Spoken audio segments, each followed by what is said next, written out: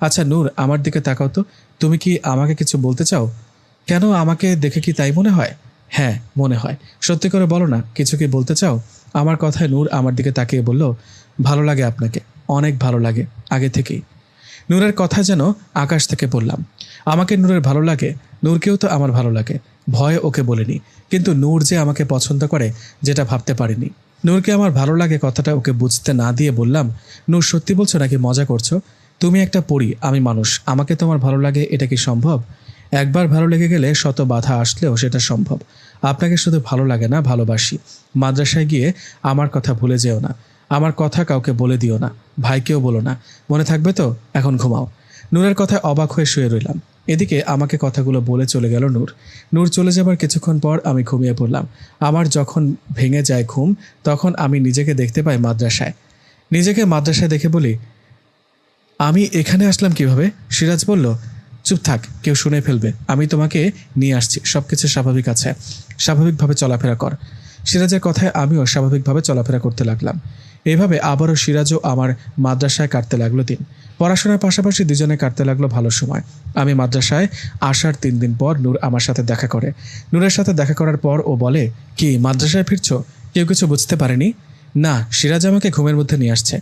তা তোমার কি খবর, বলো, কেমন আছো? আলহামদুলিল্লাহ ভালো আছি। তুমি? জি আলহামদুলিল্লাহ ভালো। তুমি কখন আসছো মাদ্রাসায়? কালকে আসছিলাম। তোমার কথা অনেক মনে পড়েছিল, তাই দেখা করতে বললাম। কেন, আমার কথা এত মনে পড়ে কেন?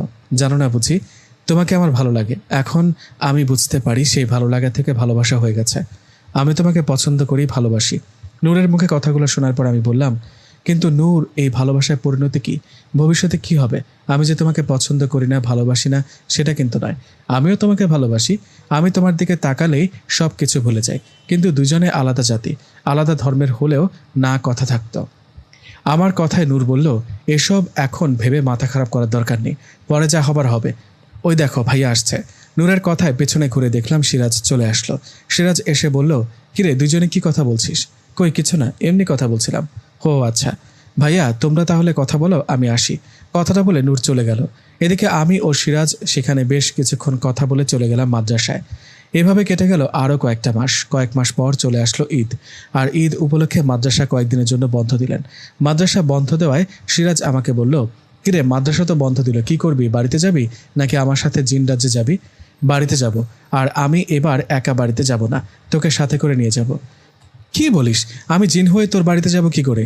তোর মা বাবা যদি বুঝতে পারে তখন কি হবে? আরে বুঝবি কি করে? তুই এখন যেমন মানুষের রূপে আছিস তেমনই থাকবে। আমার বাড়িতে গিয়ে অস্বাভাবিক কিছু না করলেই হবে। মা বাবা কোনোভাবেই বুঝতে পারবে না তুই জিন। তাই নাকি? আচ্ছা ঠিক আছে, তোর কথাই মানলাম, চল যাব তোর বাড়িতে। সিরাজের কথায় আমি খুশি মনে সিরাজকে বললাম, আচ্ছা তোকে তো আমার সাথে নিয়ে যাচ্ছি, নূরের কি হবে? নূরকেও আমাদের সাথে নিয়ে যায় না? কিন্তু মা বাবা ওরা যদি কিছু বলে? কি আর বলবে, কিছু বলবে না। তুই তোর মা বাবাকে বুঝিয়ে বলিস কেমন? ওকে ঠিক আছে। সিরাজের কথায় পরের দিন নূর, আমি ও সিরাজ তিনজনই চলে আসলাম আমাদের বাড়িতে। আমাদের বাড়িতে আসার পর মা সিরাজ ও নূরকে দেখে খুশি হয়ে বললেন, বাবা আমি যদি ভুল না করি তোমার নাম সিরাজ, তাই না? হ্যাঁ আমি তো সিরাজ, আপনি জানলেন কি করে? তুমি হোসেনের ভালো বন্ধু। হোসেন তো তোমার কথা বলে মাঝে মাঝে। কিন্তু বাবা ও কে? হোসেন ওকে, ওকে তো চিনলাম না। মায়ের কথার জবাবে আমি বললাম, মা ওর নাম নূর। নূর সিরাজের ছোট বোন। আমি কয়েক মাস আগে সিরাজের বোনের বাড়িতে গিয়েছিলাম ঘুরতে, তাই এখন সিরাজ ও নূরকে নিয়ে আসলাম আমাদের বাসায়। মা বলল, খুব ভালো করেছিস বাবা, যা বাবা সিরাজকে নিয়ে ভেতরে যা, তোরা দুজন একসাথে থাকবি। আর মা নূর তুমি আসো, আমার সাথে আসো। মায়ের কথায় আমি সিরাজকে নিয়ে ভেতরে গেলাম। ওদিকে মা নূরকে নিয়ে অন্য রুমে গেলেন। নূর ও সিরাজ আমার বাড়িতে আসায় মা বাবা ওদের অনেক যত্ন করতে লাগলেন। আমি সবসময় ভয় থাকতাম, না জানি মা বাবা কখন বুঝে যায় নূর আর সিরাজ মানুষ না, ওরা জিনজাতি। এভাবে ভয়ের মাঝে কেটে গেল দিনটা। সেই রাতে মা আমাকে ডাক দিয়ে বলল, বাবা হোসেন তোকে একটা কথা বলার ছিল। মায়ের কথা জবাবে আমি বললাম, কি এমন কথা মা যার জন্য আমাকে একা ডেকে নিয়ে আসলে? নূরের কথা বলার জন্য তোকে ডাকলাম। মা গো মা, মেয়েটা কি সুন্দর, একদম পরীর মতো দেখতে। ও তো আসলে একটা পরী। মানে? না মানে পরীর মতো দেখতে, ঠিক বলেছ। আমার তো ওকে অনেক পছন্দ হয়েছে। ইস, যদি মেয়েটাকে আমার ছেলের বউ করতে পারতাম। মায়ের কথা শুনে মুচকে একটা হাসি দিয়ে বললাম, মা তুমি কি যে বলো, নূর জানতে পারলে মন খারাপ করবে তো। মন খারাপ করবে কেন? ওকে আমার পছন্দ হয়েছে তাই বললাম। ভাবছি তোর বাবাকে বলে নূরের মা বাবাকে বলবো আর তোর আর নূরের বিয়ের কথা। না না মা, এটা করো না, নূরের মা বাবা অনেক রাগী, ওরা এখনই নূরকে বিয়ে দেবে না, ওরা নূরকে আরো পড়াতে চায়। তাহলে তোর সাথে বিয়ে ঠিক করে রাখবো। নূরের পড়াশোনা শেষ হলে তোর সাথে বিয়ে হবে। মা, তুমি হঠাৎ নূরের সাথে আমার বিয়ে দেবার কথা ভাবলে কেন? এসব এখন কাউকে কিছু বলো না, সময় হোক তখন না হয় বলো। তাছাড়া নূরেরও তো পছন্দের কেউ থাকতে পারে, তাই না? সেটা তো জানি না। আচ্ছা, এখন বাদ দে এসব। নূর আর সিরাজকে ডেকে নিয়ে আয়, আমি খাবার দিচ্ছি। আমাকে কথাটা বলে মা চলে গেলেন। মা চলে যাওয়ার পর আমি রুমে গিয়ে সিরাজ ও নূরকে নিয়ে খেতে আসলাম। ঈদ সবার জন্য নিয়ে আসে অনেক খুশি। ঈদ মানে আনন্দ, সেই আনন্দটা যেন আরও বেড়ে গেছে সিরাজ আর নূর আমার বাড়িতে আসায়। সিরাজ ও নূর আমার বাড়িতে ছিল কয়েকটা দিন। এই কয়দিনে অনেকটা মজা করেছি, ঘুরেছি ফিরেছি। কয়েকদিন থাকার পর মাদ্রাসা যখন খুলল তখন আমরা তিনজনই আবারও চলে গেলাম মাদ্রাসায়। মাদ্রাসায় আসার পর এভাবে কেটে গেল আরও 2 বছর। এই 2 বছরে পড়াশোনার পাশাপাশি সিরাজ ও নূরের সাথে আড্ডা দেওয়া, গল্প করা এসব চলছিলই। এদিকে এই 2 বছরে নূর আর আমি একে অপরকে অনেকটা ভালোবেসে ফেলি। দুজনের মাঝেই শুরু হয় মিষ্টি মধুর প্রেম।